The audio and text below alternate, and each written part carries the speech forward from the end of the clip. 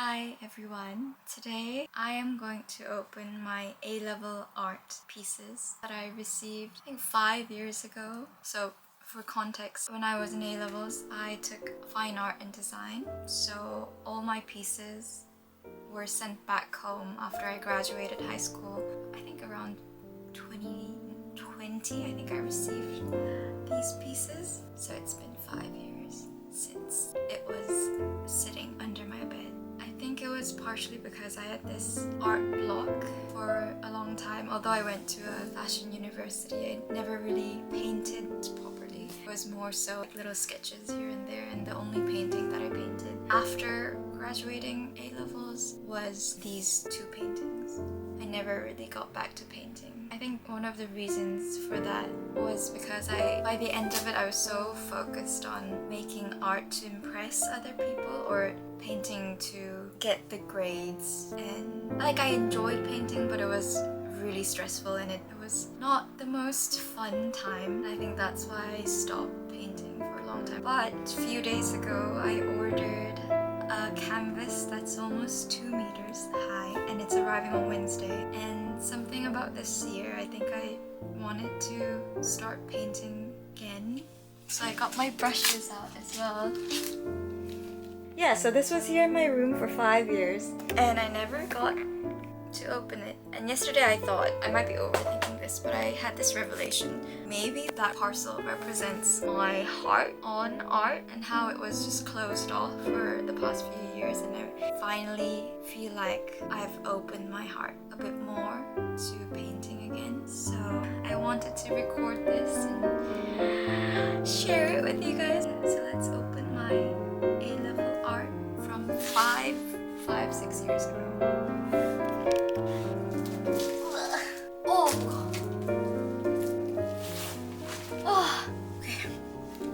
Start with the black portfolio bag because I feel like this is a bit less intimidating than the DHL one.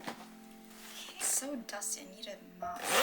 I'm genuinely scared that there's gonna be like a rat living inside. Wow.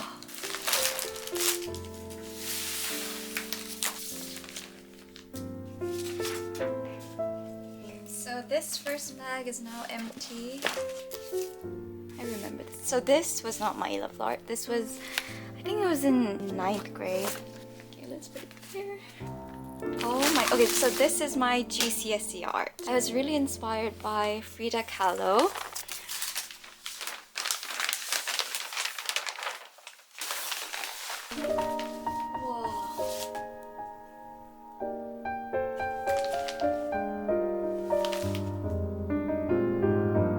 Never shared my art publicly like this before, but this was my GCSE artwork. Yeah.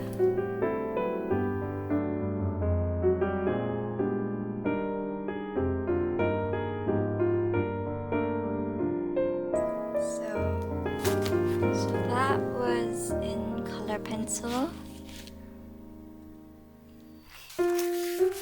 That was actually me wearing different sorts of jewelry.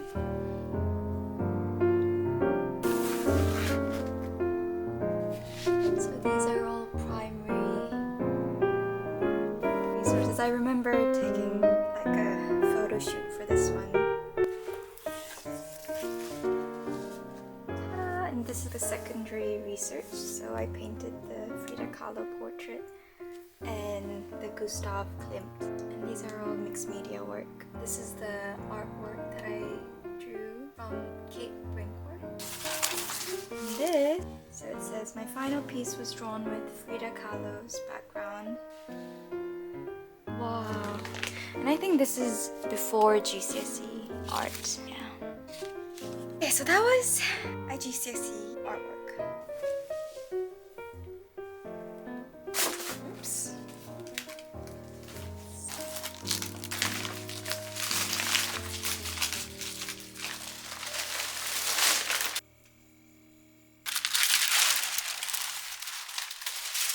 Oh, okay, this is my A-level standard 12 piece. I did a topic on indecision. It's a little scratched, but that's okay. I think this is fine.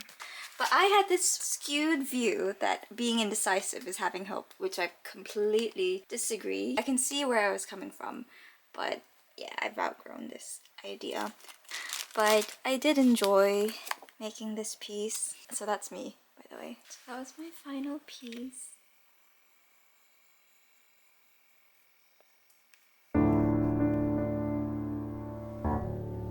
It's crazy.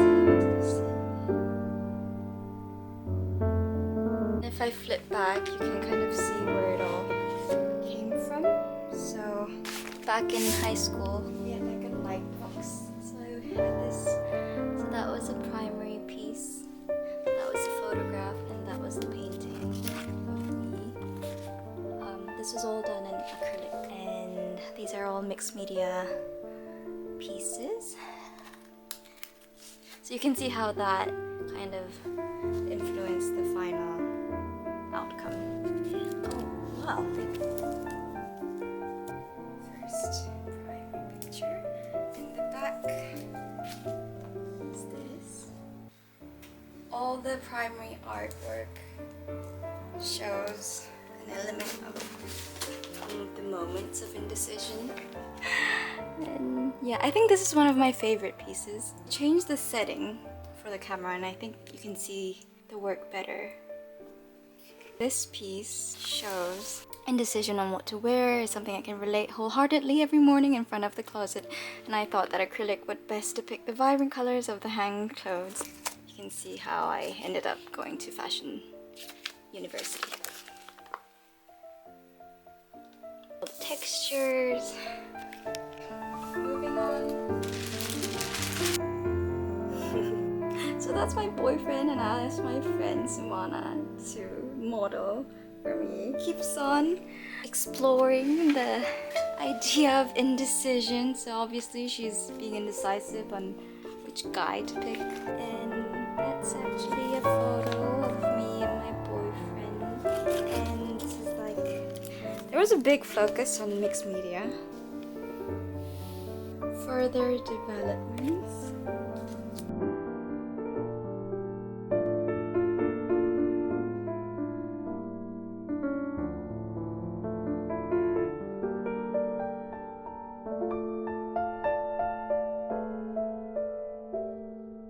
Art history research. So we had to find an artist that we thought was relevant to whatever concept we had, and then you literally copy the painting and then you kind of develop it on your own using that, and then you kind of have to merge that with your primary resources, and so you come up with your own further development. I genuinely don't know if I can do A-level art again because it was just so intense. But yeah, this is one of my favorite pieces.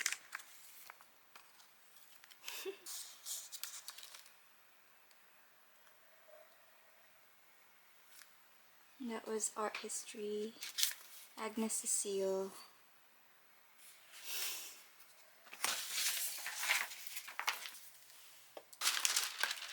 Oh, and then there's more.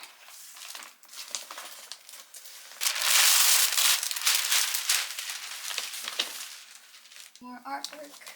I really like this. That was a picture I took of my friend Samana, my muse. And I painted this with watercolors and pastel. And I really like this. This was a painting I painted from a picture I took when I went to Vietnam. And this was a lady selling lanterns. And yeah, I really, really like this painting. Here's more. I did so much art when I was young. One of my favorite pieces of the So that is also a painting I painted from a picture I took when I was in Vietnam. This took me so long. I remember painting this and not sleeping for 2 days. I'm proud of this painting.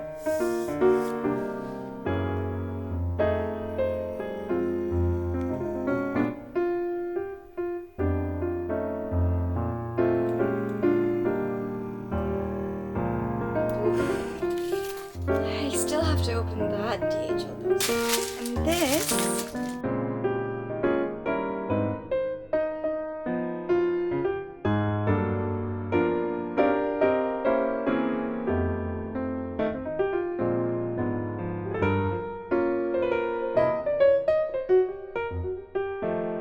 미술 얼마나 한 거야 나.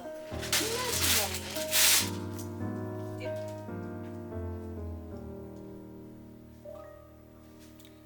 Further developments.